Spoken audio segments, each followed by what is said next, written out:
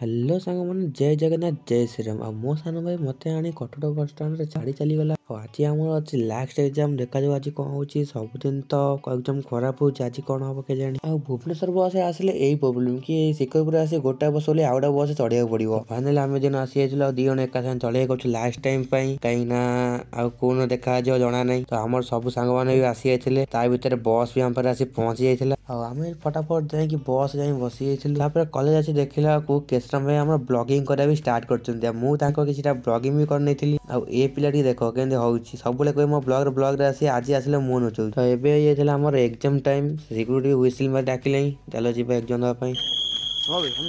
ଆଉ ଏକ୍ଜାମ ସାରି ଘରୁ ଆସିଲା ଘରେ ଏଠି କଣ ହଉଛି। ତାପରେ ଆମର ନେଟ୍ ବନ୍ଧା ବି ଷ୍ଟାର୍ଟ ହେଇଯାଇଥିଲା। ଯେହେତୁ ରାତିରେ ଖେଳ ହବ ସେଥିପାଇଁ ଲାଇଟ ର ବି ବ୍ୟବସ୍ଥା ହେଇଯାଇଥିଲା। ତାପରେ ମୁଁ ବ୍ୟାଟମ୍ୟାନ ଧରି ବାହାରି ଗଲି ଖେଳିବା ପାଇଁ। ତାପରେ ଆମ ଉପରେ ପଏଣ୍ଟ ହେଇ ଚାଲିଥିଲା। ମତେ ତ ଖେଳ ଆସେ ନା, ବହୁତ କଷ୍ଟରେ ଗୋଟାଏ ବି ଆସିଥିଲା। ଭିଡିଓଟି ଶେଷ ଯାଏ ଦେଖିଥିବାରୁ ବହୁତ ବହୁତ ଧନ୍ୟବାଦ। ରହିଲି, ରାଧେ ରାଧେ।